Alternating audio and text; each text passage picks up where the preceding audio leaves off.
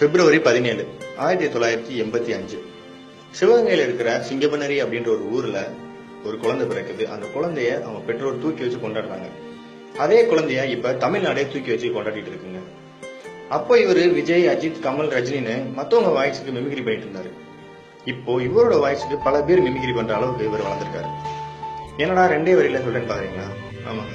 என்னதான் திருக்குறள் ரெண்டே வரியா இருந்தாலும் அதோட அர்த்தம் ரொம்ப பெருசு. அது மாதிரிதான் இவரோட வாழ்க்கையும்.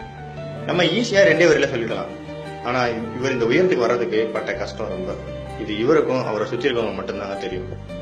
எப்படின்னு கேக்குறீங்களா?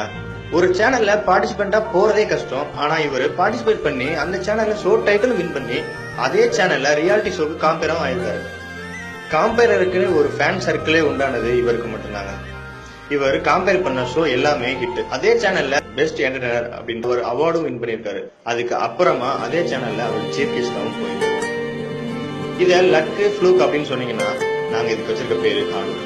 இவர் மெரினால இருந்து மனபத்தி பறவையா பறந்து கேடி பில்லா கில்லாடுறங்காவா எதிர்நீச்சல் போட்டு வருத்தப்படாத வாலிபர் சங்கம் அப்படின்னு ஒண்ணு நிறுவி அதிலே மான்கராத்தை கத்துக்கிட்டு காக்கி சட்டை போட்ட ரஜினி முருகன் இப்ப ரெமோவா அவதாரம் எடுத்து தமிழ் சினிமால ஒரு அங்கீகாரமும் பிடிச்சிருக்காரு.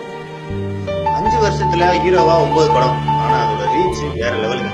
அம்மா கிட்ட சொல்லி சுத்தி போட சொல்லுங்க. நாங்களே அவ்வளவு கன்வெர்ஸ் பண்ணோம். இனிய பிறந்தநாள் வாழ்த்துக்கள் நீங்கள் சிவகார்த்திகேயன் அவர்களே.